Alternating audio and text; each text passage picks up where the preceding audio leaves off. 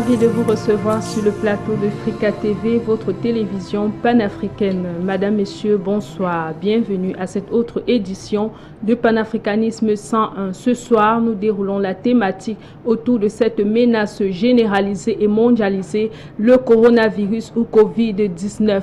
L'humanité a connu des épisodes de variole, de peste noire, d'Ebola, de VIH et SIDA et connaît depuis un bon bout de temps la pandémie de coronavirus ou Covid-19. Depuis son apparition en Chine, dans la ville de Wuhan, la maladie n'a pas tardé à se répandre géographiquement. L'Amérique est touchée, l'Europe aussi. L'Afrique, entre autres, n'échappe pas belle. Des cas sont déclarés, de nombreux décès sont signalés. Alors, comment comprendre le caractère global de cette menace? Nous en parlons ce soir sur le plateau de Africa TV. De l'autre côté, des mesures sont prises, fermeture des frontières, confinement, mise en quarantaine, arrêt des activités économiques et sportives sont entre autres le quotidien des habitants de la planète depuis l'apparition de la pandémie. Alors, quels sont les enjeux qui se cachent derrière cette pandémie? Nous en parlons ce soir sur le plateau de Africa TV. Et pour cela, nous recevons des invités et des experts sur la question. Monsieur Amand Diallo, bonsoir.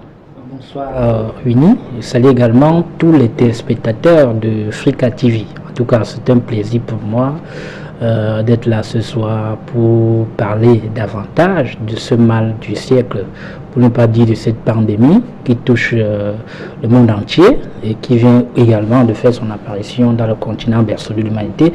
Parce qu'il faut quand même signaler que l'Afrique jusqu'ici était encore véritablement épargnée.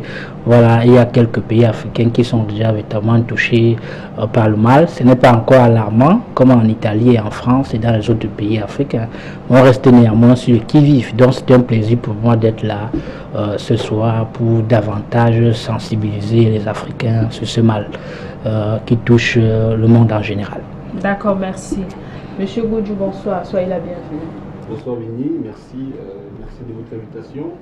Vous parlez justement de cette situation, on va dire, quasiment inédite. Cette pandémie, c'est la première fois que l'humanité tout entière est victime de pareille pandémie. On a connu Ebola qui a touché pas mal de pays africains il y a quelques années, mais aujourd'hui, le coronavirus, c'est les 5 continents, personne n'est épargné. Je pense que c'est un sujet assez délicat qui mérite beaucoup d'attention. Voilà. D'accord, merci. Monsieur Amélie Tronche, bonsoir. Oui, bonsoir Madame Winnie et bonsoir à tous ceux qui nous regardent ce soir. Permettez-moi de vous dire que c'est avec une grande amertume que je prends la parole ce soir en raison de l'actualité brûlante auquel nous faisons face avec cette pandémie nommée coronavirus ou Covid. Ce soir, je suis de tout cœur avec tous les citoyens du monde qui sont atteints de cette pandémie et mes encouragements vont également du côté des agents soignants qui sont là en train de déployer leurs efforts pour pallier à ce fameux Covid-19. D'accord, merci. Nous sommes également ravis de vous recevoir sur le plateau de Africa TV. Toujours parlant du coronavirus, des organismes internationaux se sont mobilisés, au rang desquels l'Organisation des Nations Unies, des fonds de solidarité ont été octroyés, des appels à l'humanisme sont lancés. Mais avant d'entrer dans le vif du sujet, nous allons écouter ce reportage qui nous situe davantage sur la première partie de cette émission qui traite du caractère global de la menace. Reportage. Après les épisodes de peste noire, d'Ebola, de VIH/SIDA, l'humanité croupit depuis la fin de l'année 2019 sous le poids d'une pandémie dite de coronavirus ou encore Covid-19. Le coronavirus qui semble se confondre dans la perception de l'opinion publique comme une grippe atroce n'épargne point la vie humaine au même titre que le terrorisme et les menaces climatiques. Initialement apparue en Chine, dans la ville de Wuhan, au sein d'un parc d'animaux, la maladie n'a... Nous reviendrons à ce reportage dans un moment. Nous commençons avec des questions. Nous allons aller du côté de la Belgique pour rencontrer notre médecin expert qui va nous éclairer sur la question. Elle va nous dire c'est quoi le coronavirus et quels en sont les symptômes. Bonjour, je suis docteur nationaliste de Saint-Cabi. Je suis médecin. Christelle Possel-Curie, je suis médecin, je travaille dans les centres hospitaliers en Belgique et je suis invitée au service d'urgence, donc je suis là pour répondre à vos questions concernant la problématique du coronavirus.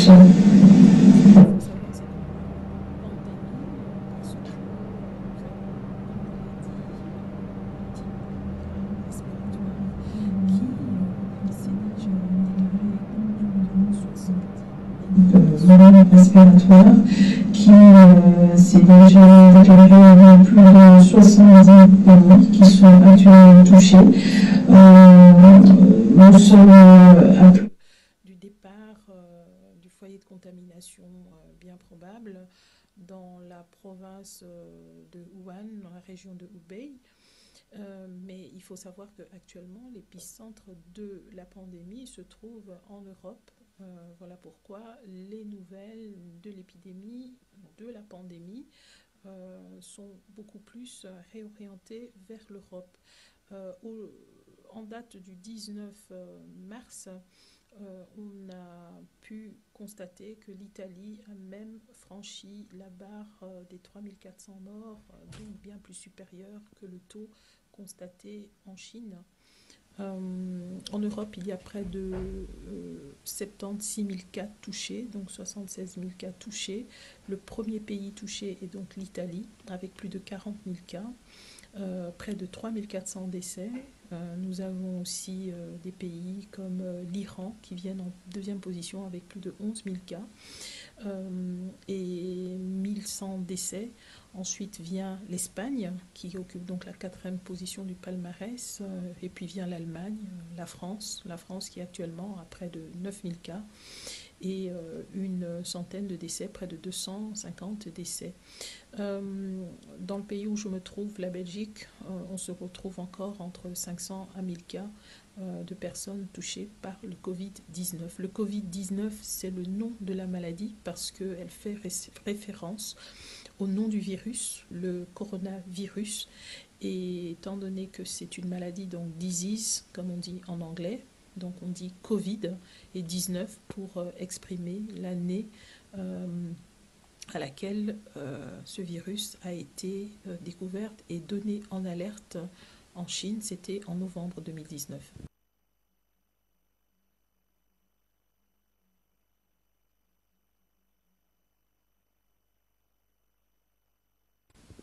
Alors les symptômes, ce sont des symptômes qui peuvent mimer les symptômes grippaux. Donc déjà, les symptômes qui attirent notre attention sont le fait qu'il y ait de la fièvre, qu'il y ait de la toux, qu'il y ait donc de la myalgie, de l'arthralgie. Myalgie, c'est-à-dire qu'on a des douleurs musculaires, on a des douleurs au niveau des articulations. On peut avoir aussi, des maux de ventre. On peut se retrouver avec un peu de diarrhée.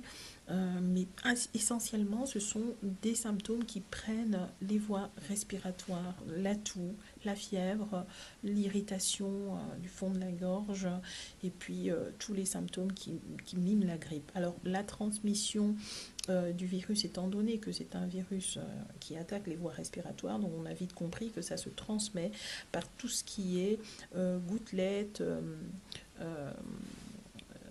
par les gouttelettes salivaires, mais aussi par le contact, puisque c'est un virus qui se transmet facilement par le contact manuel et ou alors lorsque l'on porte des germes du SRAS, du SRAS-CoV et qu'on le porte au niveau des muqueuses ou des voies respiratoires de la bouche.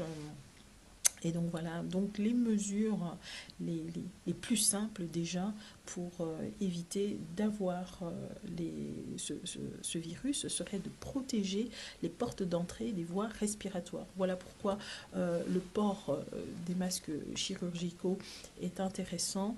Le port des masques chirurgicaux, pas forcément pour se protéger des postillons, même si c'est intéressant, mais serait déjà, au cas où on présente des symptômes, de porter un masque chirurgical pour protéger les autres au cas où on a déjà des symptômes, qu'on tousse, qu'on a le nez qui coule, qu'on est capable de projeter les particules vers les autres personnes.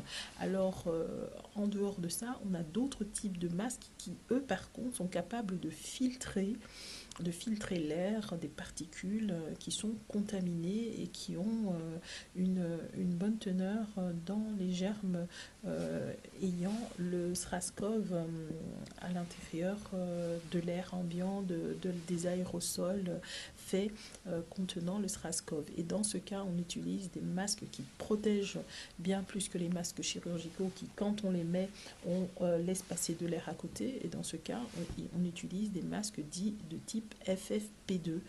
FFP2, c'est ceux-là qui sont les plus recommandés. Sinon, on a des FFP1 et aussi on a des FFP3. Mais sinon, les FFP2, ce sont les masques en bec de canard qui prennent vraiment, qui confinent vraiment l'entrée des voies respiratoires, le nez, la bouche, et qui permettent au personnel médical de pouvoir examiner en toute sécurité les patients qui sont suspects de porter le SRAS-CoV-2 dans le cadre de la maladie du Covid-19. Retour à notre reportage qui va davantage nous éclairer sur le premier axe de cette émission qui va traiter du caractère global de la menace coronavirus ou Covid-19. Reportage.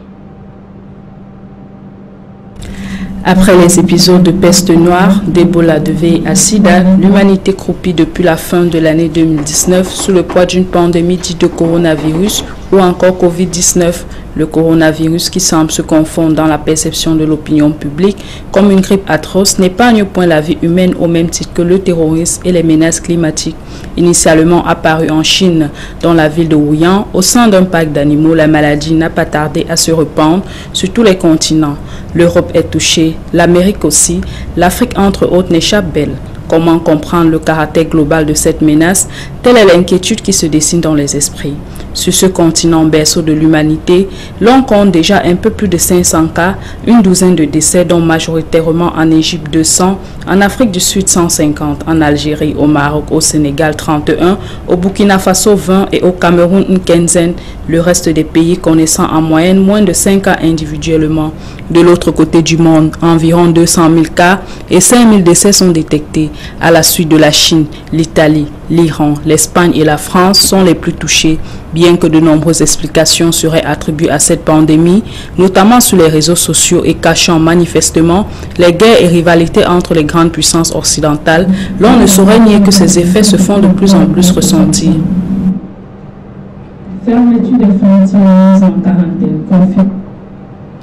Merci pour ce reportage qui davantage nous éclaire sur la question. Alors, Monsieur Ndiaye, il s'appelle Liu Zhaowan, le porte-parole du ministre chinois des Affaires étrangères, qui a démenti le 12 mars 2020 l'origine chinoise de ce virus en l'attribuant aux Américains. Que dites-vous à ce sujet?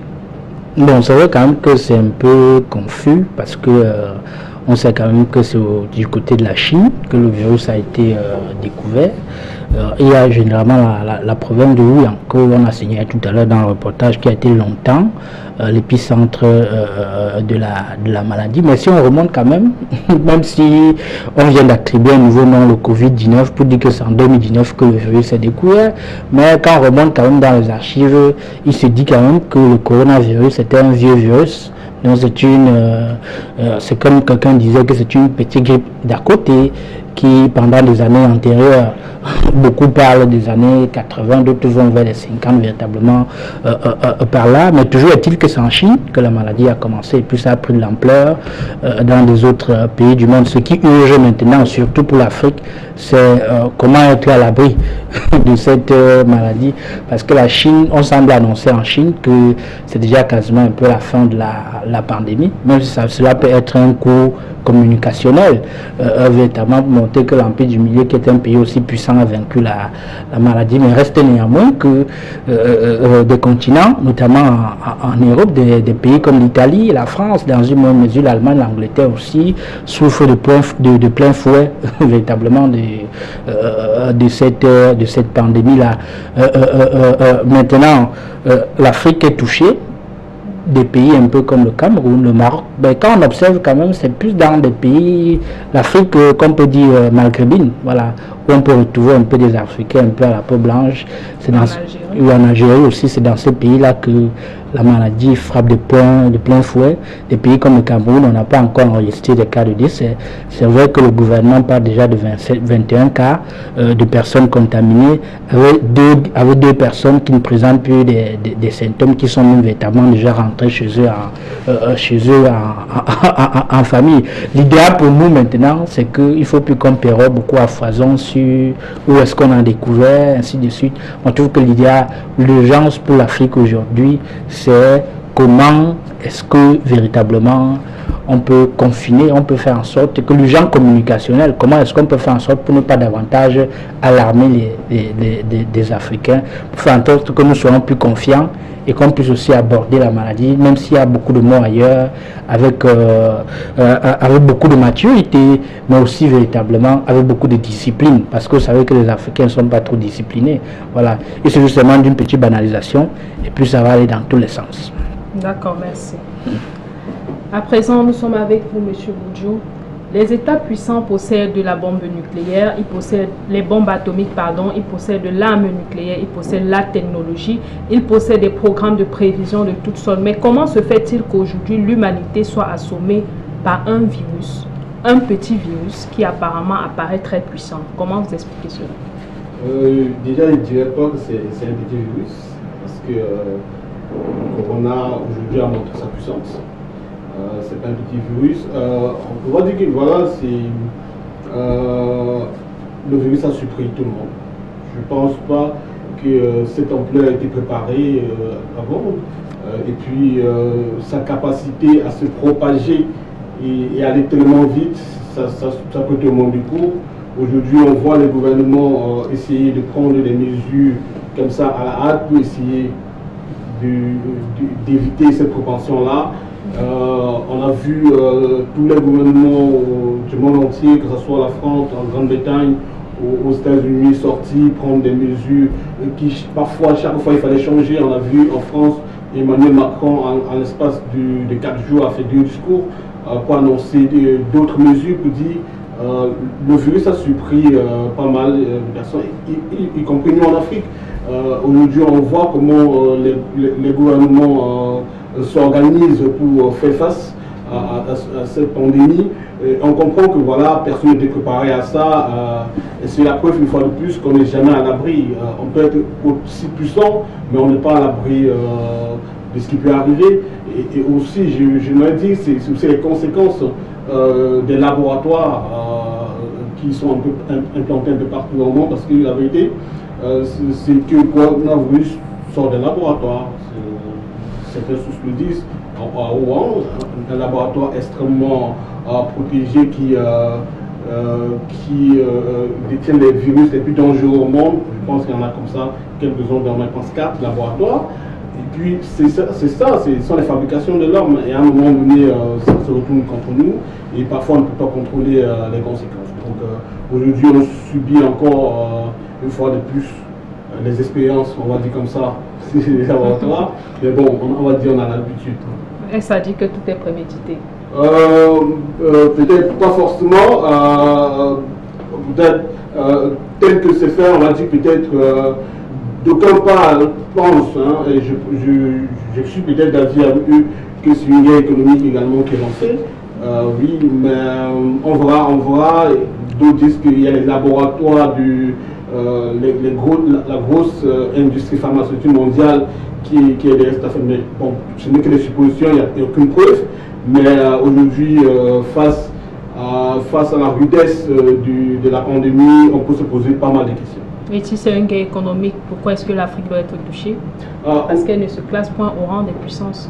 Non, on n'a pas besoin d'être parmi les puissances. Aujourd'hui, avec toutes les économies sont ralenties, y compris chez nous, depuis l'annonce des mesures au Cameroun sur les 13 mesures du gouvernement camerounais pour contenir ce virus. On voit aujourd'hui que dans les villes de Yaoundé, Douala, c'est très timide. Ça veut dire qu'il y a un véritable impact. Et à la fin de la journée, il y aura des vaccins qui vont sortir, il y a pas mal de choses, il y a beaucoup de choses qui vont tourner. Donc aujourd'hui, l'économie est frappée de plein fouet par ce virus-là, au-delà du traitement, au-delà de ce qu'on pourra dire là-dessus, mais au quotidien, aujourd'hui on vit les réalités, on vit les rames de ce virus-là et il y a un impact. Il y a un impact forcément que voilà, à la fin on verra, mais je pense qu'aujourd'hui il est urgent pour les gouvernements africains de préparer la riposte sur le plan économique, comment on protège notre économie, comment on protège nos populations, parce qu'il faut le dire, aujourd'hui en France on demande aux gens de rester à la maison, mais les salaires sont garantis, on a pris les mesures sur le plan fiscal, vous ne payez pas les impôts, vous ne payez pas les loyers, mais aujourd'hui en Afrique, comment on va gérer ça? Quand on sait que l'économie camerounaise est contrôlée par le secteur informel, comment on va gérer ça?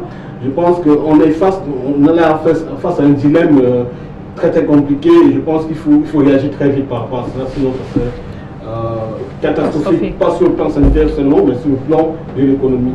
D'accord, merci. Monsieur Amidou Tranche, vous êtes député junior des Nations Unies. Alors, le virus, comment a-t-il pu se répandre d'abord de l'animal à l'homme, à votre avis, mais également dans les pays d'Afrique où le climat est connu pour être tropical? Et il se pourrait, selon les experts, que ce virus ne résiste pas à la chaleur. Merci, Madame Wina, une fois de plus de m'avoir passé la parole. Je voulais d'abord revenir sur l'historique de cette pandémie Covid-19. En fin décembre dernier, la pandémie a été d'abord... Je parle d'abord de l'épidémie. L'épidémie a été découverte d'abord en Chine. Et au fil du temps, ça s'est propagé à travers le monde, en Asie, en Europe et en Afrique. Et maintenant, nous les Africains, et les autres pensent que l'enfer c'est les autres. Nous, on s'est dit que non, l'épidémie ne devait pas arriver ici en Afrique parce que la température en Afrique, bon, et la maladie, la pandémie ne peut pas résister à la chaleur. Mais disons ici que c'est faux, parce que les experts même ont rappelé cela, que la pandémie résiste bel et bien à la chaleur.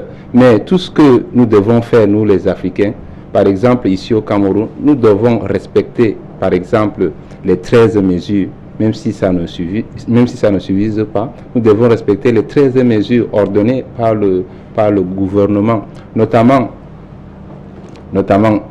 le regroupement de plus de 50 personnes, et respecter les principes d'hygiène élémentaire, laver les mains avec de l'eau et du savon, même si nous n'avons pas ici au Cameroun, par exemple, de certains vaccins pour un peu prévenir à cette maladie, mais nous avons quand même de l'eau et du savon.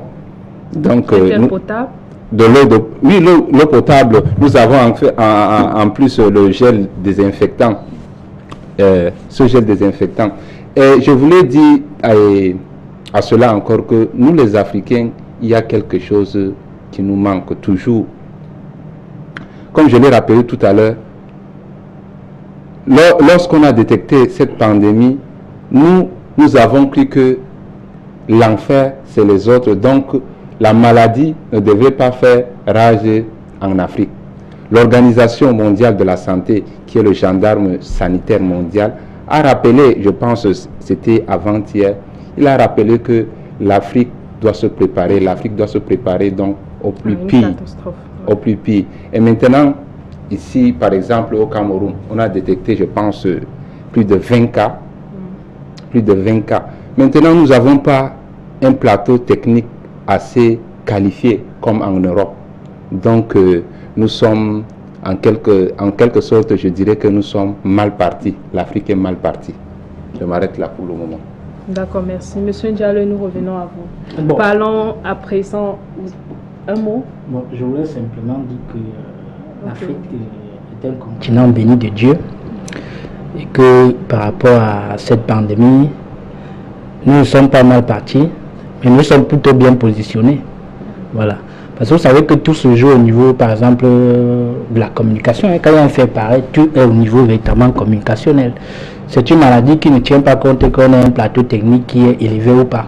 Parce que quand vous regardez le nombre de morts, par exemple, dans un pays comme la France, ils vont à 175 quelque chose de morts, et près de 7000 cas détectés. Quand vous allez en Italie, on est à près de 700 morts, 7000 morts en Italie, si on veut maîtriser bien les chiffres là, et que tout est quasiment fermé, tout est confiné là-bas. On a besoin d'un plateau technique qui est exemplaire. La bonne question est, pourquoi avec ce plateau technique là, ils ne parviennent pas à maîtriser l'évolution de la crise, de cette épidémie, si on peut, que ce soit pandémie ou pas, toujours qu'il y a une maladie. Maintenant, si on revient au cas de ce qu'on appelle l'Organisation mondiale de la santé, qui est aussi une grosse mafia. Parce que vous savez que dans les pays africains, par exemple, dans les pays africains, par exemple, il y a des petites maladies bénignes que la petite potion de gramme au quartier peut soigner, et que ça peut soigner, et qu'on te dit que non, l'Organisation mondiale de la santé n'a pas reconnu qu'il y a des personnes qui sont guéries, par exemple, du sida en Afrique, qui ont été traitées traditionnellement.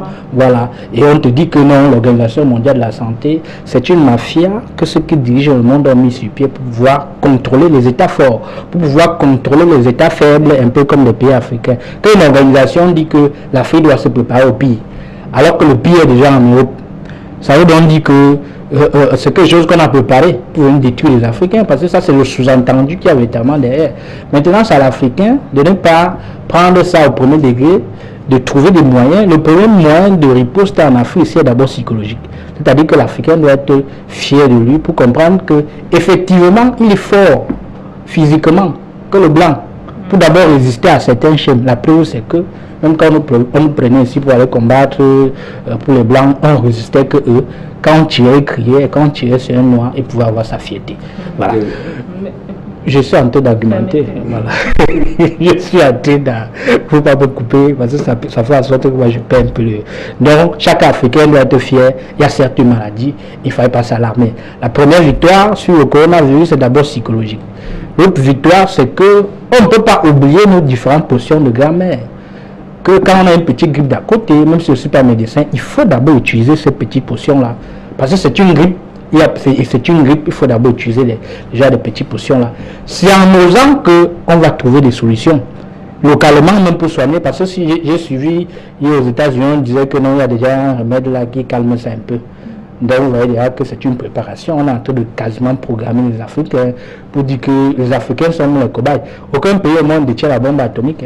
La bombe, comment on dit, nucléaire, là, vous savez qu'après la deuxième guerre, là, c'est que quand vous voyez les États-Unis, par exemple, sont en train d'empêcher un pays comme le Koweït d'avoir, comme la Corée, de la Corée du Nord d'avoir une bombe atomique, c'est qu'eux-mêmes non plus.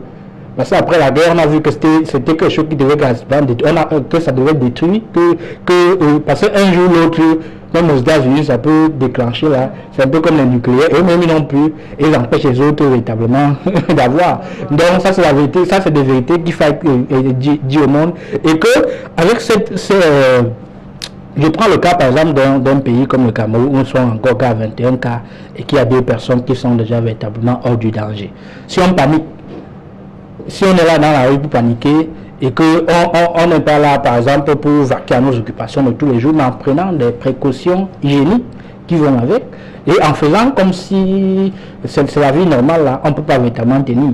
Donc si on reste là pour suivre Radio France Internationale, pour suivre France 24, pour suivre l'Organisation mondiale de la santé qui est une mafia, pour suivre les prescriptions de l'ONU, que véritablement en Afrique comme ça là, il faut regarder que eux là qui se prennent pour Dieu. Regardez un peu ce qui se passe du côté de l'Italie.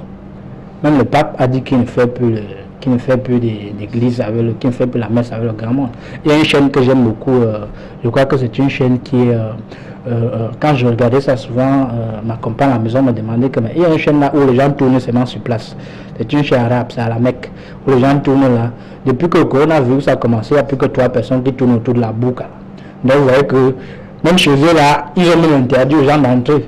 Donc, et vous voyez comment les gouvernements africains dépensent des milliards pour te dire qu'on part ou bien c'est le hatch, je ne sais pas trop, comment on part au hatch, on fait comme ça. Et puis le pèlerinage, à la Mecque, quelqu'un dépense son argent pour aller tourner autour de quelque chose qu'on a mis sa forme un carré, et que vous voyez que quand il y a le virus comme ça, même le pape est impuissant.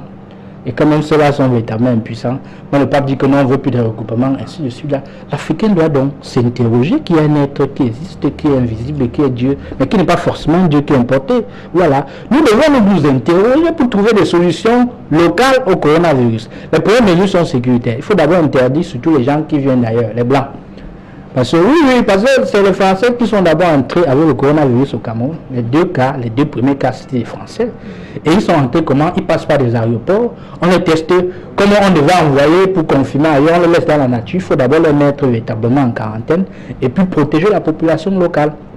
Parce que quand vous regardez aujourd'hui l'organisation de nos villes, au niveau sanitaire, ainsi de suite, si on ne prend pas, si on ne dit pas aux Africains qu'il faut être confiant, et que c'est certes un mal qui touche le monde, mais on doit être plus confiant. C'est que les Africains doivent paniquer. Vous savez que l'Afrique fonctionne comme les Africains fonctionnent comme si des marionnettes qu'on a un peu programmées. Mais il faut dire aux Africains que le coronavirus ne tue pas plus que la faim en Afrique. Parce qu'il y a des gens qui meurent, même ici au Cameroun. À l'heure où on parle là, il y a des gens qui depuis 4 jours n'ont pas mangé, ils sont dans l'anonymat. Et si vous faites seulement le recensement, si je prends simplement le cas de ceux qui sont des étudiants, 90 étudiants sur 100 mangent à leur faim. Beaucoup suivent véritablement au quotidien.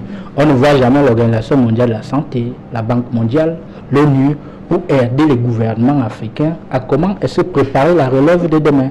Et on voit seulement comment un virus comme cela arrive, et puis on veut seulement dire que non, on peut qu'il va rester coité chez lui. Non, on ne peut pas rester chez nous. On doit sortir pour travailler, mais trouver des mesures, comment faire pour combattre ce virus-là. D'accord, merci. Je voulais ajouter quelque chose. Je voulais éclairer un peu mon ami Armand Diallo. Je voulais te dire que la pandémie coronavirus, c'est une guerre sanitaire mondiale. Ça dépasse même la guerre avec les armes. Pourquoi je dis cela? Parce que ici, l'ennemi est invisible. On ne voit pas vraiment l'ennemi. Et parlant justement de l'Organisation mondiale de la santé, quand l'Organisation mondiale de la santé déclare que l'Afrique doit se préparer au plus pire, pourquoi? Parce que le problème même, c'est nous les Africains. Rappelons que le cas qui a été détecté, je pense ce matin, 7 cas qui a été détecté ce matin. Mais voyons donc la source. C'est une personne qui a été atteinte depuis, qui présente ces symptômes depuis, mais sa famille le cache à la maison. Mais maintenant, une fois le gars s'est déployé pour partir à la pharmacie chercher des médicaments, et les pharmaciens ont vu des symptômes en lui. Et une fois, ils l'ont alerté, le numéro 201510, et là maintenant, on a encore détecté 6 cas derrière lui. Ça veut dire que le problème, c'est nous les Africains, ce n'est pas l'Organisation mondiale de la santé, ce n'est pas la communauté internationale. Le problème, c'est nous les Africains. C'est là où je veux... D'accord, merci pour votre intervention. Monsieur Ndiaye, vous avez évoqué tout à l'heure la problématique de la faiblesse des cas qui sont détectés en Afrique. Oui. Mais est-ce que ce n'est pas plutôt dû au déficit de diagnostic? Non, ce n'est pas un problème de diagnostic. Vous savez qu'il y a de cela 3 semaines, le Cameroun n'avait présenté aucun cas de coronavirus. Contrairement, on a dit que vous savez qu'il y a plusieurs centres Pasteur au Cameroun. On nous a dit qu'on transportait les cas par là du côté de la France, sans dire l'opinion que le centre Pasteur de Yaoundé rend public. C'est-à-dire qu'on peut faire des examens, on fait des examens au centre Pasteur de Yaoundé, par exemple du côté du Cameroun. Au Nigeria voisin, c'est aussi la même chose. Au Nigeria voisin, et c'est même un Camerounais qui a la manœuvre du côté du Nigeria, qui est dans un centre où on teste les gens, que si tu es positif véritablement ou pas. Ce que je veux dire, c'est que l'Afrique n'est pas un problème. Le problème ici, c'est l'Organisation mondiale de la santé, comme je dis, qui ne peut pas... une maladie en train de tuer les gens en Europe, mais on nous dit qu'on doit se préparer au pire. Ça ne veut rien dire, ça. Quand on dit qu'on veut se préparer, quand quelqu'un te dit que... Ça veut dire que cette personne ne veut pas du tout. Cette personne ne te veut pas véritablement du bien. Voilà. Et il faut reconnaître que dans la morphologie, que vous voyez comment le noir est fabriqué, au niveau de sa mélanine, comment ainsi il résiste à certaines intempéries. Vous savez que quand un blanc vient ici, l'Africain résiste beaucoup. Hein. On a encore le paludisme ici. Quand un blanc vient là, ça le dessine 2-3 jours. Hein. Et puis, vous excusez, il meurt là-bas. Et on dit qu'il est mort du paludisme. Ils disent que chez eux, il ne meurt plus du paludisme. Alors, il y a parfois des petites crises chez eux aussi, comme le chikungunya, ainsi de suite. Toujours est-il que l'Africain est mieux préparé. Si vous mangez bio, sous-manger du taro, sous-manger du cul, sous-manger des légumes, des choses qui ne sont pas assez chimiques. C'est vrai que le corps qui est un organisme, vous aurez des anticorps qui sont forts. Si vous buvez moins de la bière, ou que, parce que la bière c'est quoi? C'est le houblon que le blanc a mis à l'intérieur qui détruit la bière, c'est du maïs avec beaucoup de choses là. Mais c'est le houblon qui fait en sorte que, qui est un poison lent. Quand on voit que quelqu'un est accro, au fur et à mesure que tu bois, tu deviens accro, ainsi de suite là. Voilà, cette bière-là, elle est mauvaise. Idem pour le vin qui est véritablement mauvais. Idem pour la cigarette qui est une mauvaise chose. Vous allez voir que dans nos villages, les parents qui consommaient du tabac, quand ils mettent dans sa pipe là, il fait 120 ans. Vous voyez un jeune aujourd'hui qui fume, il fait de la chicha, la cigare, il fait même pas 35 ans. Vous voyez donc qu'il y a un problème véritablement à ce niveau-là. Quelle est la différence entre un papa au village qui fumait du tabac, qui l'a coupé derrière sa maison, et quelqu'un aujourd'hui qui est dans la nicotine, qu'on a beaucoup traité, qu'on a enlevé des fils, ainsi de suite, et qui ne parvient pas à faire 40 ans, 30 ans. Ça, c'est des choses que les Africains ne s'interrogent pas. Voilà, on doit s'interroger que quand vous regardez par exemple au village, où est votre grand-mère, ma grand-mère elle a encore à 93 ans, elle est solide. Parfois tu viens là, tu vois qu'elle fait du chant, ainsi de suite, là, elle a encore l'éternel mieux solide. Ou quand tu vois nos jeunes filles, les petites soeurs, quand vous êtes parfois en réunion de famille, elle est fatiguée, elle fait des choses, elle est dans les jus, des petits jus qu'on a bu quasiment un peu de partout là, pour dire que l'Afrique on a encore un continent qui est encore essentiellement bio. On a encore un pays vert, un pays essentiellement agricole. Contrairement à l'Europe qui est un pays noir, parce que là-bas c'est la grande industrie où l'air est pollué véritablement de partout. Ce qui fait donc que on a des chances même de confiner cette maladie, tous par la discipline et nos capacités psychologiques à voir que c'est un mal, mais que ce n'est pas forcément parce que les gens sont confinés en Europe que nous-mêmes on sera également confinés ici. Parce que si vous regardez dans le cas par exemple d'une économie camerounaise, si les gens restent confinés chez eux, dans un pays où les gens ne vivent que du secteur informel, les propres Camerounais vont sortir pour se lever contre le gouvernement en place et ça va créer de la déstabilisation. Et c'est ce que, quand l'OMS fait, quand l'OMS nous dit, c'est ce qu'on veut. Parce que si au Cameroun, les gens restent chez eux, ils ne sortent pas pendant 2 semaines, la prochaine semaine, tout le monde sera dans la rue pour demander au gouvernement de partir. Et c'est ce que les organismes comme l'ONU, l'OMS veut pour créer la déstabilisation et pour venir puiser par derrière des bonnes ressources, peu importe le nombre de personnes qui meurent chez eux. Voilà, parce que c'est pour ça que je dis qu'il ne faut pas prendre ce que l'ONU dit. Nous allons voilà, merci. Non, ce n'est pas un problème d'alerte. Parce que le pire n'est pas que les gens vont mourir comme ça. Le pire, c'est que les régimes seront, il y aura l'instabilité dans les États parce que les gens vont sortir, ils auront faim. Si les gens sont confinés chez eux et que l'État ne baisse pas, que si l'État dit qu'il n'y a pas de loyer, ainsi de suite, dans un pays où on n'a pas réglementé le bail, je prends le cas du Cameroun, tu penses que le bailleur va t'accepter, qu'il ne doit pas te couper, ainsi de suite. Il faut donc voir ça. Cette réalité économique, par exemple, qui en Europe n'est pas la même réalité véritablement. Ici, le problème n'est pas les Africains, parce qu'il ne faut pas être des caisses de résonance. Non, vous ne pouvez pas me dire que c'est un problème dans un monde assez globalisé. Si l'OMS me dit quelque chose, je suis pas obligé de suivre ce que l'OMS véritablement a dit. Je sais, mais il y a quelque chose derrière. Ce qui est derrière, c'est la déstabilisation des États africains. Quand je dis que c'est les Africains même qui sont des problèmes, je prends par exemple en France. Et Emmanuel Macron a déboursé plus de 300 milliards d'euros pour pallier à ce problème. Ça veut dire qu'on ne paye pas d'électricité, on ne paye pas les loyers et tout. Mais voyons ici en Afrique, quelle est la solidarité? Nous avons des organisations, par exemple, telles que la CEMAC. Quelle est donc la solidarité qui a été faite à ces organisations? Non, quelle est donc la solidarité qui a été faite? On ne peut pas aller en quelle est donc cette solidarité qui a été faite par ces organisations? On ne peut pas. Ici au Cameroun, quelles sont les mesures d'accompagnement? Parce que le gouvernement a donné seulement les mesures restrictives qu'on doit respecter. Et maintenant, quelles sont les mesures d'accompagnement? Par exemple, je prends l'exemple ici au Cameroun. Quand on parle par exemple de confinement, combien de Camerounais ont les moyens d'aller par exemple dans le supermarché? Combien de Camerounais ont les moyens d'aller dans le supermarché par exemple comme Super U, d'aller acheter la ration pour 2 semaines, pour 3 semaines pour garder à la maison? C'est impossible. Ça veut dire que le gouvernement, à part les mesures restrictives qu'il a ordonnées, il doit encore déployer des mesures d'accompagnement. Et vous voyez ici que le problème ici, c'est les Africains. Non, moi je veux pas, il ne faut pas que nous soyons contre un modèle économique calqué. Voilà. en Europe, les supermarchés n'existent pas dans la quasi-totalité des villes européennes. Juste des exemples. Il faut qu'on se comprenne. Voilà. En Europe, tout le monde ne se ravitaille pas dans les marchés. Si, en Europe, il y a des agriculteurs. Et il y a des villages là-bas. Il y a le rural, il y a l'urbain véritablement en Europe. Et je ne conseille pas les gens d'aller se ravitailler dans les supermarchés parce que ce sont des produits préfabriqués qui diminuent votre niveau de vie sur Terre. Voilà, qui font en sorte que même votre capacité physique véritablement diminue. Parce que ce sont des produits qu'on a enlevé la substantie moelle et qu'on a que déposer les déchets là. Ceux qui, certains disent que nous avons l'argent, ils sont dans les supermarchés. Non, c'est juste des exemples. Je n'ai pas fini d'argumenter. Pour dire encore qu'il y a de cela 2 semaines, les ministres de la Santé de la Communauté économique monétaire de l'Afrique centrale sont retrouvés à Douala pour trouver, quand le Cameroun n'était qu'à 3 cas. Ils sont retrouvés à Douala pour trouver. Quand vous dites que qu'est-ce que la SMART fait, ça veut dire que vous n'êtes plus connecté ce qui se passe ailleurs que ce qui se passe chez vous. C'est vous dont le problème, ce n'est pas l'Africain qui est un peu. Parce que vous êtes déraciné.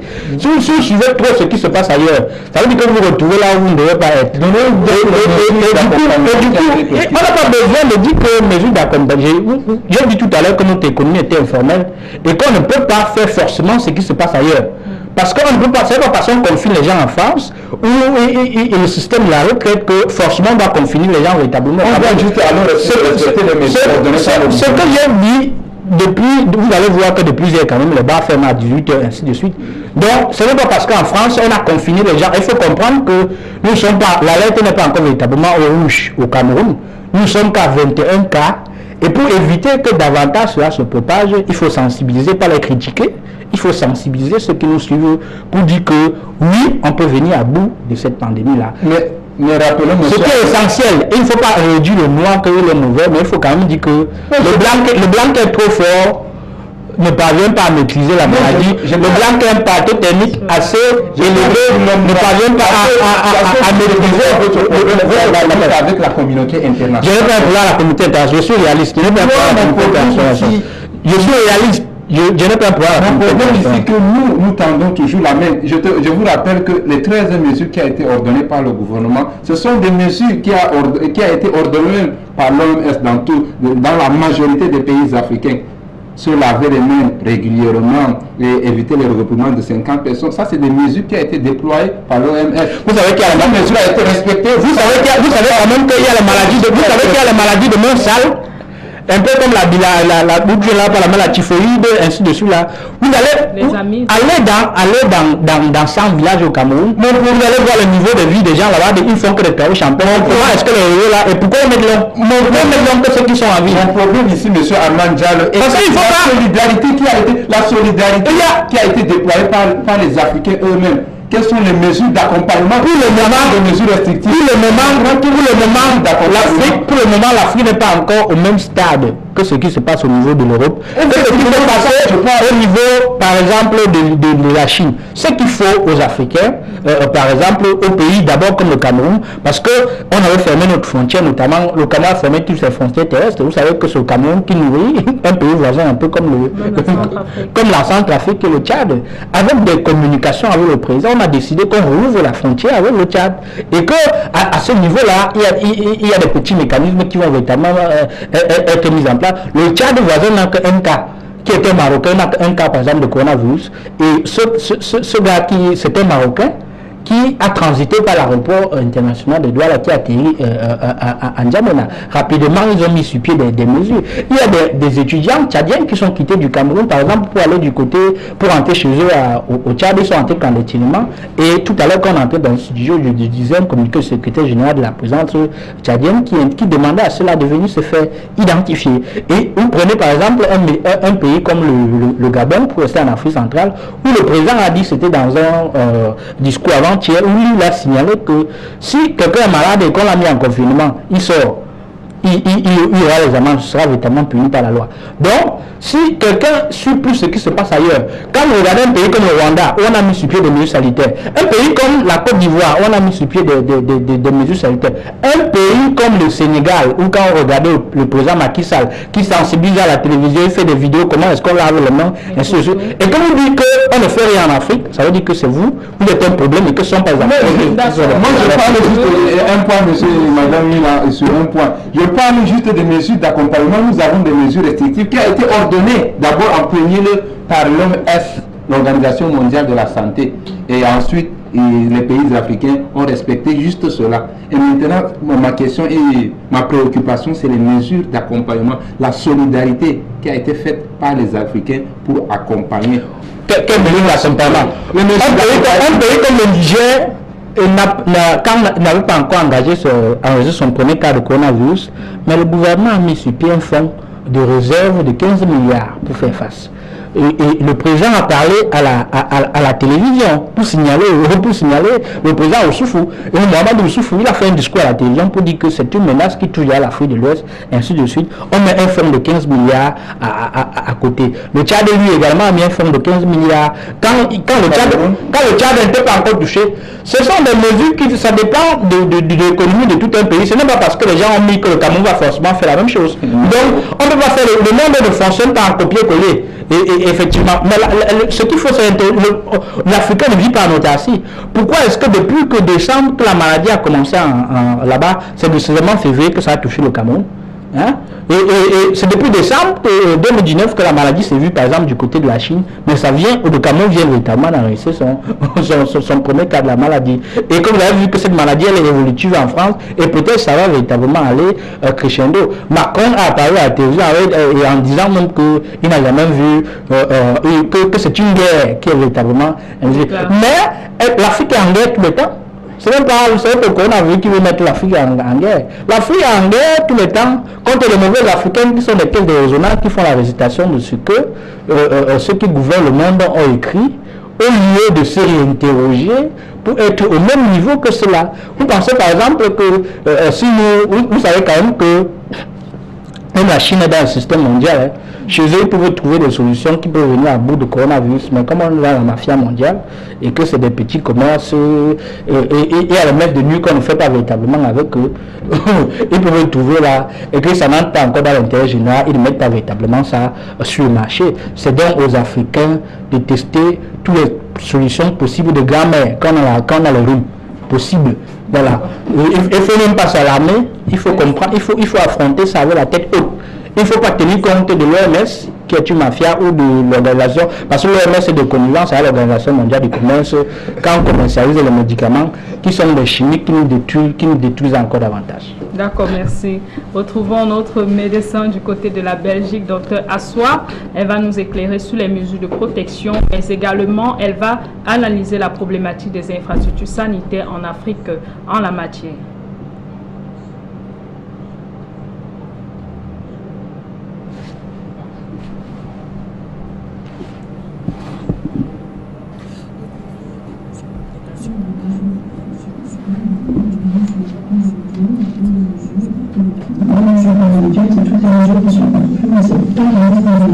Pour pouvoir se protéger de la maladie et protéger les autres. Tout simplement. Clair et au savon, toutes les 1 heure, 2 heures, parce qu'on considère que déjà laver les mains avec du savon et de l'eau claire permet d'éliminer près de 50% des germes. Il y a aussi l'utilisation des solutions hydroalcooliques qui contiennent à peu près de l'alcool à plus de 75% et qui sont très utilisées pour autant qu'on se lave déjà les mains avec le savon en première intention et puis au reste du temps on peut utiliser les solutions hydroalcooliques mais toujours revenir au lavage des mains avec l'eau claire et le savon. En dehors de ça, il y a le port des masques lorsque l'on est malade et qu'on n'a pas envie de contaminer les autres puisque les virus, la charge virale se trouve dans les gouttelettes de salive, les projections de postillons et donc il va falloir éviter de tousser à gorge déployée, on met la main devant la bouche et encore mieux, on tousse dans le pli du coude. Lorsque l'on a un rhume, qu'on coule du nez ou qu'on éternue, on utilise un mouchoir en papier et on le jette dans une poubelle fermée. Mais aussi, il y a d'autres mesures, comme par exemple arrêter de se saluer, de se faire la bise, arrêter les contacts et prendre une distance d'environ 1 mètre entre les autres personnes quand on parle, quand on fait des courses, quand on est dans la rue, tout simplement pour éviter la transmission du virus entre personnes. Donc ça, ce sont les mesures individuelles. Au niveau des mesures collectives, pour les mesures collectives, sont souvent les mesures que l'État prend pour protéger les collectivités. Dans ce genre de cas, il y a la règle des 3 I, celle de l'information, de l'identification et de l'isolement. L'information apportée par le ministère de la Santé, par les informations recueillies par l'OMS, par l'ordre des médecins et la collectivité des médecins qui soient capables d'informer les populations sur des plateaux TV, sur des conférences, sur des vidéos, sur des plateformes éducatives, au sein des universités, au sein des hôpitaux, pour apporter l'information nécessaire pour que le personnel médical soit au courant, pour que le personnel d'un hôpital soit au courant, mais aussi pour que les collectivités soient au courant de quel type de virus on a affaire, quel est le type de maladie, quels sont les symptômes, les temps d'incubation, quel type de traitement on a affaire et quelle démarche faire quand on doit aller à l'hôpital. Tout ça, ce sont des éléments d'information que les ministères, les médecins apportent, mais il y a aussi les centres de veille sanitaire, il y a les groupes envoyés par les ministères de la Santé qui peuvent parcourir les quartiers en quartier et informer les populations. Il y a des affiches qui peuvent être mises et bien sûr, il y a les journalistes qui proposent des émissions et qui sont les bienvenus d'ailleurs pour pouvoir informer les populations en plus grande masse. Il y a aussi l'information que l'on peut trouver au niveau d'Internet, dans les livres, mais pourvu qu'elle soit validée par le monde médical et le monde scientifique. En dehors de ça, il y a l'identification, c'est ce que j'ai dit, c'est le mode de diagnostic du virus, grâce au prélèvement nasopharyngé, grâce à la radiothorax et au scanner, et il y a l'isolement qui est l'un des moyens les plus utilisés pour réduire la transmission du virus, mettre les personnes en quarantaine ou en confinement, comme en ce moment ce qui se passe en Europe. On demande aux gens tout simplement de rester chez eux pour éviter de transmettre le virus entre les personnes. Est-ce que nos hôpitaux sont suffisamment équipés et capables de prendre en charge correctement les détresses respiratoires liées au SRAS virus? Je serais tentée de dire non, parce que il faudrait avoir un nombre de lits suffisant sur l'ensemble du territoire pour être capable de satisfaire aux besoins au cas où on a une grande épidémie qui se déclare. Maintenant, tout dépend si on est capable de créer des hôpitaux comme on l'a vu l'exploit par la Chine en moins de 10 jours où ils ont construit sur des hectares de terrain pour créer un hôpital avec une grande capacité d'accueil de lits et du matériel équipé pour assurer la réanimation. Dans la réanimation, on entend là une assistance respiratoire au cas où le patient a besoin d'être mis sous appareil respiratoire, soit par méthode invasive ou par méthode non invasive. Alors, est-ce que nos hôpitaux sont équipés pour ça? J'aurais du mal à croire que sur tout notre territoire, il y en ait. Déjà non.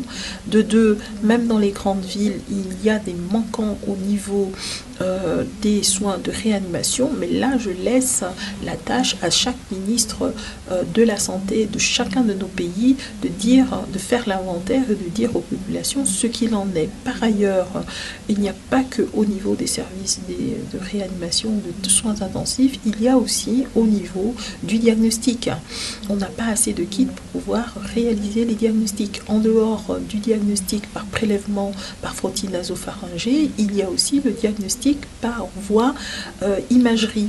Alors aujourd'hui, les recommandations sont beaucoup plus de l'ordre du scanner thoracique, mais malheureusement, comme vous le savez, les scanners ne sont pas toujours mis à disposition du grand public et ils coûtent de l'argent.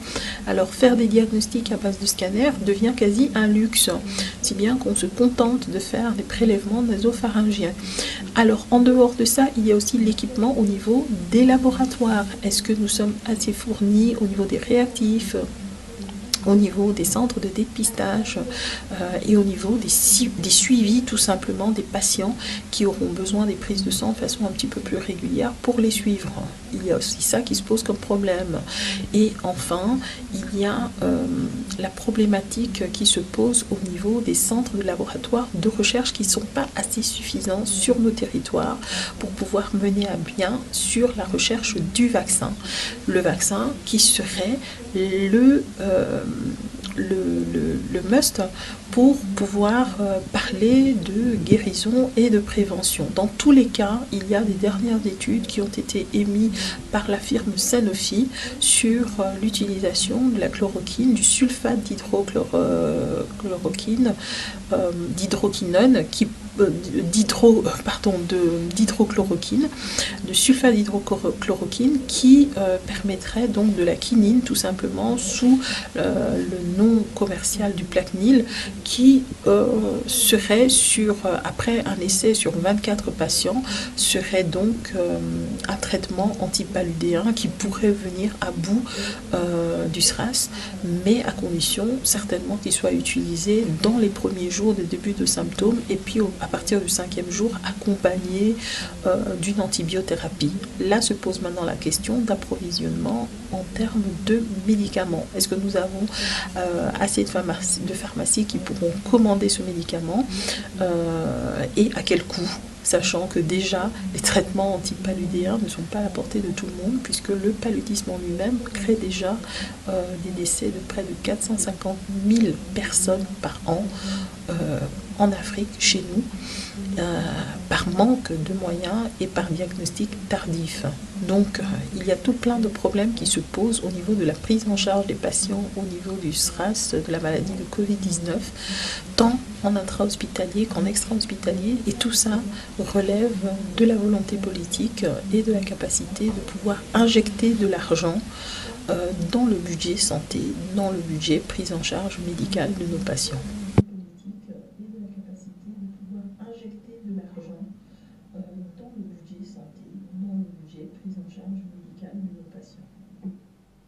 Merci, Dr Assoua, pour ces éclaircies sur la question. Allons à présent dans le deuxième axe de cette émission où nous allons parler des enjeux qui se cachent derrière la pandémie Covid-19. Mais avant tout, écoutons ce reportage sur la question. Reportage.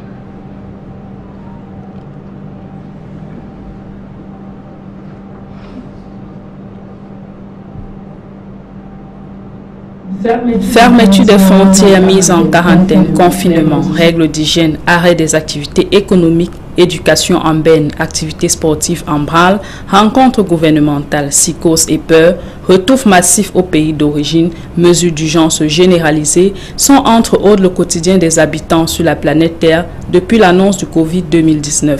Dans ce climat, la communauté internationale dont le soutien se fait ressentir à travers les organismes internationaux dont l'Organisation des Nations Unies, l'Organisation mondiale de la santé et l'UNICEF qui lance un appel fort à la solidarité et à l'humanisme. Pour ces derniers, il s'agit d'un autre défi à relever au rang des opérations de paix en Afrique, de protection des vies humaines et de l'enfant, de respect des droits de l'homme et de garantie d'une santé saine. Les équipes multiplient les opérations de tests dans les pays.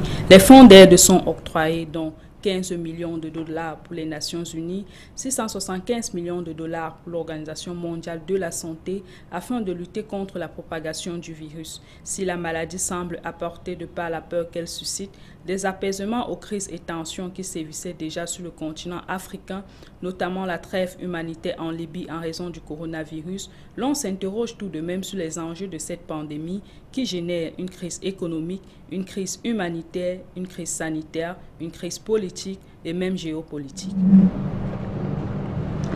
Retour sur ce plateau à présent, M. Goudjou. Quels sont les enjeux qui se cachent derrière la pandémie de Covid-19?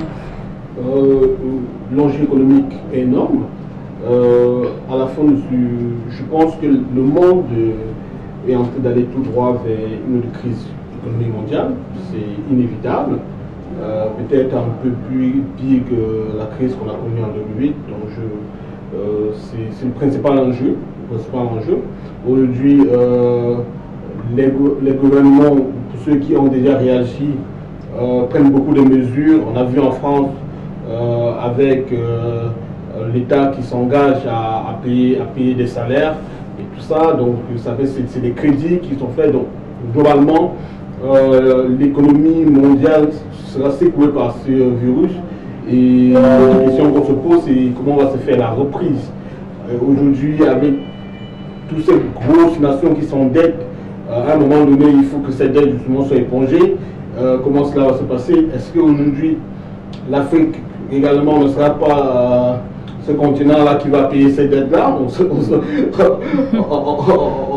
ne peut faire cette explication-là, mais l'enjeu économique est énorme. Et aujourd'hui, il est vraiment urgent pour les pays africains de réagir, de prendre des mesures. Comme on disait tout à l'heure, on a une économie informelle, on a une économie qui n'est pas du tout structurée. On vit le jour chez nous en Afrique. Donc, si on prend les mesures du confinement, toutes les 13 mesures que le gouvernement camerounais a par exemple pris, à un moment donné, M. Amidou parlait des mesures d'accompagnement.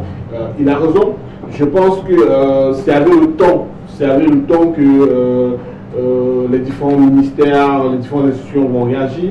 Là, je viens de voir à l'instant un décret du ministre du ministre de l'enseignement secondaire qui prépare les enseignants à faire les cours pour des enseignements à distance pour tous ces jeunes qui vont préparer les examens. Je pense que des mesures comme ça, on va voir tous les jours parce que aujourd'hui, l'enjeu, c'est dans tous les secteurs. Tous les secteurs sont affectés, que ce soit au niveau de la santé, de l'économie, de l'éducation. Voilà, tous les secteurs sont affectés. Et globalement, chez nous en Afrique, la vérité, c'est qu'on a un retard énorme sur le reste du monde. Et il faut réagir. Mais est-ce qu'on aura cette habilité à le faire à temps? Est-ce qu'aujourd'hui, pour une fois, l'Afrique va se positionner comme ce continent-là qui peut réagir et de façon efficace à une situation comme le coronavirus? Moi, je pense qu'aujourd'hui, nos États ont acquis beaucoup de maturité. Même au niveau de l'éducation, aujourd'hui, il y a une psychose qui est en train d'être créée avec des annonces qu'on voit partout, mais la réalité, c'est qu'aujourd'hui, les Africains se disent, voilà, ça va passer et voilà, essayent de trouver des solutions. Mais il est important pour tous les Africains déjà de respecter les mesures qui sont prises pour éviter cette crise-là. C'est qu'on pourra faire pour anéantir les effets. Parce que le pire, c'est si on dit ok, c'est là, ça n'existe pas, on continue à faire comme on a l'habitude de faire, ça ne nous concerne pas, voilà, c'est là qu'on pourra plonger. Mais si on se dit à un moment donné, on prend nos responsabilités, on respecte les mesures qui sont prises, on essaye vraiment de vivre de façon correcte. Et quand on regarde les mesures qu'on a annoncées, rien n'est tuant, hein, rien n'est vraiment tuant. On peut gérer, dire qu'on ferme les bars à 18h, oui, c'est bien. Au moins les familles, aujourd'hui, on se retrouver le soir. Donc, il y a un avantage là-dessus. Moi, je pense qu'il est temps de tirer profit même également de ce virus, voilà, pour repenser notre manière d'être. Aujourd'hui, je pense également au digital. Le coronavirus pourrait être un élément qui va propulser le digital en Afrique. Oui, parce qu'aujourd'hui, si les Africains se disent, ok, si je vais acheter les oignons, je peux aller en ligne, acheter mes oignons et on vient me livrer à la maison, c'est des choses qu'on peut faire. Je pense qu'aujourd'hui, il faut que la jeunesse africaine se réinvente à travers ce crise-là, il faut qu'elle réagisse, parce qu'il y a des solutions aujourd'hui qu'on peut mettre qui peuvent nous aider à mieux développer notre économie. Même quand ce crise va passer, il faut tirer dans ce problème des opportunités, et les opportunités, je pense, il y en a. J'ai vu des gens lancer des entreprises il y a quelques jours pour fabriquer les gels, le nettoyage. C'est une belle idée. L'idée suprême, mais c'est bien. Je pense qu'aujourd'hui, on peut faire beaucoup de choses. On peut éviter la catastrophe, tant sur le plan sanitaire, tant sur le plan économique, en pensant différemment, en recherchant des solutions qui peuvent nous aider à traverser cette crise et à prendre à contre-pied surtout tous ceux qui disent que voilà, c'est fini pour l'Afrique, c'est mort avec leur hygiène et tout ça, ils ne peuvent pas s'en sortir. Je pense, je foi aux Africains, je foi à ce que nos gouvernements peuvent faire, que voilà, il y a des solutions. Et pour une fois, je pense que l'Afrique peut écrire son histoire en venant à bout de cette pandémie, par des solutions pratiques, par une solidarité également, que ce soit entre les institutions, entre les populations ou entre les pays. J'ai vu que le gouvernement camerounais a mis un décret pour laisser la libre circulation des marchandises dans toute la sous-région. C'est pas forcément seulement pour le Tchad, dans toute la sous-région, les camions de marchandises peuvent circuler. Sans test même des conducteurs. Bon, j'ai un problème avec ça, mais ils peuvent circuler. Hein. Donc ça, c'est une belle chose. Je pense que c'est en développant une solidarité africaine pure qu'on peut véritablement aller au bout de cette pandémie, qui jusqu'ici, il faut le dire, surprend tout le monde. Il y a une semaine, c'était pas prévu ces mesures que les membres du gouvernement prennent aujourd'hui. Davantage, je pense que voilà ce qui se passe ailleurs dans le monde, voyant les enjeux, voyant notre contexte, surtout notre contexte, les politiques vont faire ce qu'il faut pour que voilà, on évite au maximum les effets néfastes de cette pandémie. Et surtout, je le dis, c'est la solidarité et le respect des règles qui aidera l'Afrique à éviter les conséquences. Sinon, sur le plan sanitaire, l'éducation, l'économie, ce sont des secteurs vraiment en danger. D'accord, merci. Monsieur Ndiaye, la pandémie de Covid-19 ne peut pas être sans conséquences très néfastes sur le continent africain. Alors, quel enseignement pour les Africains? Parce qu'on perçoit là cette situation comme un choc, comme une surprise, non seulement pour le monde entier, mais également pour l'Afrique. Quel enseignement, quelles sont les leçons qui peuvent être tirées? Bon, M. Boudjou a dit tout à l'heure qu'il y a déjà les enjeux de plein feu au niveau économique, parce que vous savez quand même que pour ceux qui font dans le commerce de nuit, bar, cinéma, ainsi de suite, leur économie prend véritablement un coup. Ce sont des Camerounais qui vont aller au chômage, et les sociétés brassicoles vont aussi fabriquer de moins en moins, même si certains estiment que c'est quasiment un poison alimentaire. Votre question sur comment est-ce que l'Afrique doit se préparer pour les enjeux, c'est que l'Afrique doit... il ne faut pas dire ici qu'il faut repenser. Vous savez que chaque pays est spécifique. Chaque pays a ses réalités. La réalité camerounaise n'est pas la réalité gabonaise, n'est pas la réalité tchadienne, n'est pas la réalité centrafricaine. Voilà, ce n'est pas parce qu'ailleurs on met les gens dedans et qu'on les confine que forcément vous allez faire véritablement la même chose ici, que ça va marcher, parce que ce n'est pas la même structuration. Voilà. Si l'Afrique a passé pendant longtemps à placarder les mêmes choses, ça te dit que l'Afrique aujourd'hui n'a pas véritablement un système éducatif. Si on va aller dans ce sens-là, qui est son système éducatif, la preuve c'est que la langue que nous parlons, avec laquelle nous produisons cette émission, n'est pas notre langue, c'est la langue des Français. Donc, si c'était si on faisait à notre langue ici, là, beaucoup de déracinés vont dire que nous sommes des villageois. Regarde comment ils parlent. Donc vous voyez qu'il y a des Africains qui ont tellement honte d'eux qu'ils ne peuvent même pas essayer de parler leur propre langue maternelle en public, ce qui est une catastrophe. Comment est-ce que l'Afrique peut se mettre à niveau pour prévenir ce type de catastrophe? L'Afrique doit se réinventer. Voilà. Parce qu'il ne faut pas attendre pour qu'il y ait des catastrophes pour se poser la question. Voilà. Même après la catastrophe, même avant la catastrophe, il faut véritablement se poser la question. Ça rien me dit que nous on a les matières premières au sol, au sous-sol, ça ne veut rien dire. Si vous avez ça, les autres utilisent pour faire des bonnes choses véritablement ailleurs. Ça veut dire que vous êtes assis sur une donc et vous groffiez pour dire que nous on a les matières premières. Les gens viennent chercher les matières premières. Vous faites quoi de ces matières premières là? Ça sont des bonnes questions et si on se pose ces questions, l'Afrique doit avoir l'enjeu de fabriquer des armes. L'Afrique doit avoir l'enjeu médicinal, c'est-à-dire qu'on doit maîtriser. Quand on maîtrise son système industriel, ça veut dire qu'on fabrique nos propres armes, on fabrique nos propres voitures, on fabrique nos propres avions, on fabrique nos propres caméras, on fabrique nos propres télévisions. On cesse d'être à un niveau de consommateur. Voilà, parce qu'aujourd'hui, l'Afrique, quand on va finir cette émission-ci, une fois que nous serons dans la rue, là, quand vous regardez seulement le niveau des voitures et des motos, on ne fait rien ici. Voilà, ou à quel niveau nous sommes donc perdus.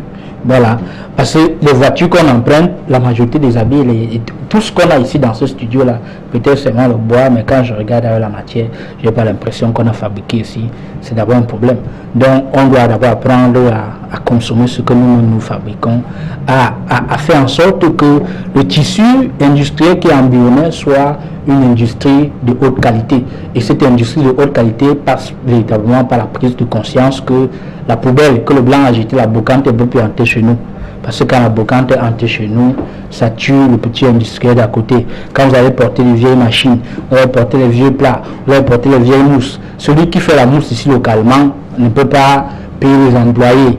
Quand vous allez porter les vieilles voitures, c'est pour vous davantage polluer. Et cela passe en combinaison avec la douane. C'est une volonté de l'État pour voir en sorte que la préférence nationale, pour faire en sorte que des vieilles voitures qui transitent, ou tout ce qui est vieux qui transite par le port, on fait que ça n'entre plus véritablement pour encourager le tissu économique local.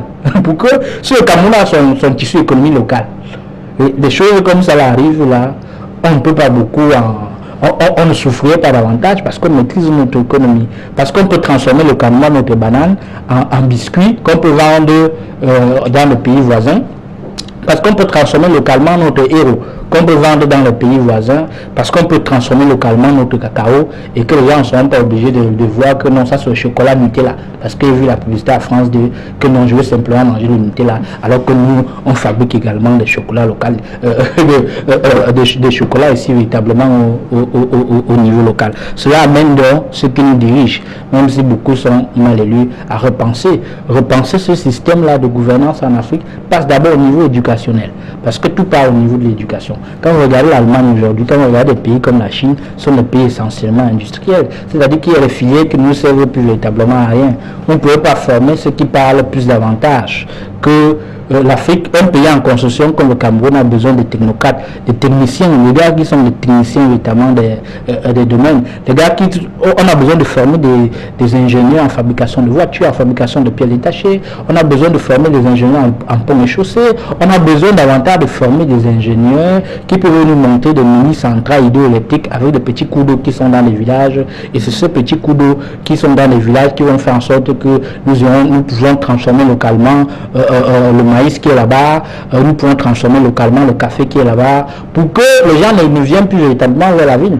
Les grandes villes qui sont comme Douala, Yaoundé, Bafoussam, pour maintenir les gens au niveau rural, pour faire en sorte que notre agriculture soit véritablement mécanisée et qu'on puisse challenger d'autres puissances. Ce que je dis, c'est que s'il y a le coronavirus, on ne doit pas être là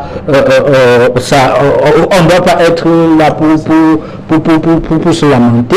Il faut plutôt prendre conscience que c'est une menace. Ce n'est pas parce que les gens meurent en chaîne du côté de l'Italie que forcément ce sera la même chose véritablement ici chez nous. Mais le vrai problème est comment on contourne. Les choses comme l'école, tout ça, ça ne fuit pas. Parce que après ça, on peut venir reprendre. Il y a des choses comme le gouvernement peut mettre. Il y a des mesures spéciales que le gouvernement peut mettre véritablement sur place. C'est-à-dire que si on cesse d'enseigner les gens pendant 3 à 4 mois, on va forcément attraper cela. Parce que même ceux qui sortent de l'école avec ce système-ci, ils deviennent véritablement quoi? Ça, c'est ce qu'il faut. L'urgence maintenant, c'est de mettre en combinaison ce qu'on appelle nos tradipraticiens qui dans le fond sont des maîtrisent comment est-ce qu'on peut faire pour trouver des solutions alternatives à cela. À côté de ça, il faut donc repenser l'Afrique. Chaque pays doit se repenser, parce que ce n'est pas chaque pays doit repenser son modèle de gouvernance. Vous allez voir qu'au Rwanda, il y a un modèle qui est bien en République démocratique du Congo, au Cameroun, au Tchad. Donc, à chaque nation africaine de véritablement prendre conscience. On sait que le coronavirus est un danger, mais ça ne va pas décimer quand même tous les Africains. Après, il y aura un après coronavirus. Voilà. Monsieur Hamidou Tranche, en tant que député junior aux Nations Unies, vous avez évoqué tout à l'heure les stratégies qui ont été déployées par les organismes internationaux face à la menace Covid-19. Alors, quel est votre dernier mot pour l'Afrique?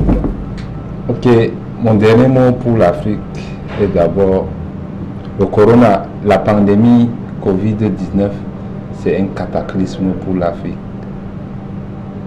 L'Afrique a été frappée d'un plein fouet. Maintenant, ce que nous devons repenser est que qu'est-ce que nous devons faire après donc cette pandémie? Les plans de reconstruction, je voulais parler des plans de reconstruction. Est-ce que nous allons rester là à dire que ne bâchons pas sur la moto, ne restons pas à 4 sur la moto, mais il faut évoquer plutôt les mesures de reconstruction, ce que l'Afrique doit faire. Je profite pour cela de cette occasion pour dire à ces nouveaux élus, vous savez que nous faisons face maintenant à la décentralisation. Ces nouveaux élus, face maintenant à la pandémie de coronavirus, quelles sont les mesures qui doivent être prises sur le terrain, par exemple par le maire, par les députés, par les maires, par les super-maires de la ville? Je les interpelle donc à se déployer sur le terrain, à faire des sensibilisations dans les maisons, à dire aux gens que voici telle mesure qui a été déployée par l'État. Nous devons respecter ces mesures. Pas qu'ils restent seulement dans leur bureau, on les a votés pour cela, pour se déployer sur le terrain, pour ce cas de choses. Maintenant, il y a quelque chose qui m'inquiète encore beaucoup plus. Face à cette pandémie de Covid-19, nous faisons encore face à une crise financière, économique, à une crise sur le plan même de l'éducation. Je prends par exemple l'exemple de l'éducation. Vous avez vu les mesures par exemple prises par le gouvernement. Nous avons évoqué la fermeture des écoles. Je prends l'exemple des élèves qui font par exemple des classes d'examen. 3e, première, terminale. Bientôt, ils vont composer les examens. On a fermé maintenant les écoles. Nous avons beaucoup d'enseignants qui n'ont même pas arrivé à finir leur programme de cours. Nous faisons maintenant face aux crises sur le plan de l'éducation. Maintenant, sur le plan, par exemple, de l'économie. Vous savez que ici en Afrique, dans le monde même, nous vivons dans un capitalisme à outrance. Quand je parle par exemple d'un capitalisme à outrance, je voulais dire quoi par cela? Je m'attire beaucoup plus aux Africains. Par exemple, le Cameroun. Nous vivons sous la dépendance monétaire. Quand je parle de la dépendance monétaire, toujours, notre économie dépend de la France. Notre monnaie dépend de la France. Et maintenant, après le Covid-19, ça veut dire que c'est la France qui nous donne encore ces petits moyens pour réaménager nos territoires, pour amener des solutions à nos différents problèmes. Et face encore à cette pandémie, nous sommes obligés de tendre encore la main pour demander des crédits à certains pays. Par exemple, à la Russie, nous sommes obligés de tendre la main. Mais après cette pandémie, nous sommes obligés encore de payer nos dettes. Donc, j'ai dit aux Africains, une mesure est que les Africains ne doivent pas penser seulement que la solution vient toujours de l'Europe. Non, la solution peut venir aussi de nous-mêmes. Par exemple, le ministre de la Santé a dit, je pense ce matin ou hier soir, nous avons par exemple les 2 premiers cas qui ont été de cette pandémie ont été guéris. Et maintenant, on cherche donc quelle est la solution. Les vaccins qui ont été admis pour que ces gens regagnent leurs différents domiciles. Et maintenant, par exemple, on peut trouver des vaccins même ici en Afrique. Donc, j'ai dit aux Africains, un conseil aux Africains, on ne doit pas dire seulement que tout vient de l'autre côté, mais nous aussi, on peut faire quelque chose. Et je profite pour cette occasion pour tirer un coup de chapeau au ministre de la Santé qui ne cesse pas d'informer chaque jour, à chaque moment, les citoyens camerounais à travers les circulaires et les tweets. Et beaucoup de courage. Merci. D'accord, merci. Allons à présent du côté de la Belgique avec notre médecin qui va nous éclairer sur cette dernière question. Elle va nous donner des mesures de prévention parce que la pandémie de Covid-19 pourrait être pour l'Afrique un choc culturel. Alors, docteur Assoua, vous avez la parole.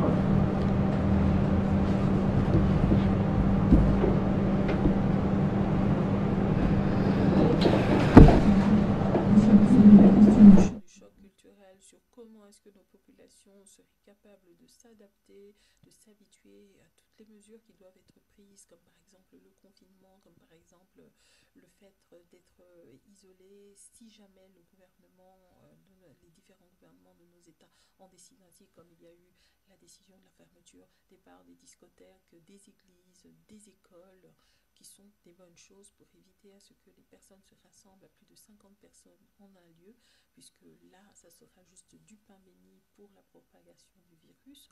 Mais maintenant, au niveau des mesures d'hygiène, justement, c'est à l'État de faire à ce que tous ces services puissent être approvisionnés et permettre, ce ne sont pas les personnes qui vont faire des miracles en allant chercher de l'eau propre et de l'eau courante. C'est à l'État. Je pense que le test, la présence de la maladie Covid-19 dans nos États est aussi une façon de montrer à nos personnes qui nous dirigent dans nos pays qu'il serait temps qu'ils aient tous les moyens possibles pour permettre aux populations de vivre décemment et de se protéger, surtout lorsqu'il y a des cas d'épidémie de la sorte. Nous ne sommes pas au XVIIe, au XVIIIe siècle, nous sommes au XXIe siècle, nous sommes en 2020. Un État normal, fonctionnel, qui se doit de fonctionner normalement, c'est un État qui est capable d'apporter de l'eau courante, c'est un État qui est capable d'apporter de l'électricité, c'est un État qui est capable de permettre aux populations de se protéger dans les gestes les plus minimes, comme tout simplement se laver des mains, avoir des solutions pour garder une hygiène quotidienne pour faire face à des épidémies qui se transmettent aussi facilement par contact manuel et par contact respiratoire. Donc il faudrait que l'État puisse mettre les moyens pour permettre aux personnes de pouvoir observer ces règles d'hygiène. Le nettoyage des marchés, j'ai remarqué par exemple qu'au Cameroun, il y aura des heures où les marchés seront ouverts et des moments où les marchés sont fermés pour permettre le nettoyage des marchés. Le fait qu'on ait pris des mesures pour éviter les rassemblements, les églises, les écoles, ce sont des mesures qui sont très bien faites. Donc c'est pour montrer que quelque part, c'est à la volonté de l'État de pouvoir faire respecter les lois, de pouvoir les imposer, mais aussi les faire respecter. Parce qu'il y a des personnes qui ne respectent pas, par exemple, la mise en quarantaine. C'est normal, si l'État ne fait pas tout pour pouvoir faire à ce que cela soit respecté, les gens ne le respecteront pas. En Europe, ici, par exemple, on a imposé certaines amendes pour les personnes qui ne respectent pas l'état de confinement. Encore une fois, ces mesures, ça se fait de façon à plus haut niveau, à plus haute responsabilité. Mais il faudrait que ça se fasse de façon correcte et de façon sincère pour aider les populations à se retrouver dans la prise en charge de cette pathologie. Bien sûr, les personnes peuvent trouver des moyens de s'adapter, comme par exemple au niveau des masques. On peut très bien arriver à faire la fabrication de masques à partir de tissus et en utilisant des filtres, des tissus filtrants pour pouvoir filtrer l'air avec les particules indésirables. Il peut avoir aussi des moyens de faire des systèmes D en collaboration avec le voisinage pour permettre à ce que on puisse s'échanger les moyens de protection par des systèmes D, la solidarité entre familles, la solidarité entre voisinages, mais tout en respectant le fait de ne pas se voir régulièrement et de vivre non pas de façon isolée, mais de permettre à ce que les gens restent en contact tout en restant chez soi pour éviter le maximum de contamination. Donc la plupart du travail doit être fait par l'État. C'est l'État qui doit tout faire pour mettre à disposition les éléments nécessaires pour permettre à ce que les populations se retrouvent et puissent respecter les règles d'hygiène qui sont des gestes basiques mais qui peuvent leur sauver la vie.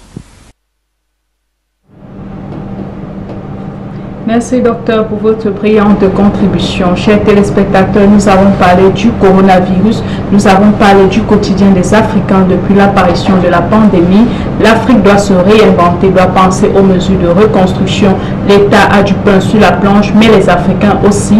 Merci de nous avoir suivis et nous vous souhaitons bonne suite de programme sur Africa TV.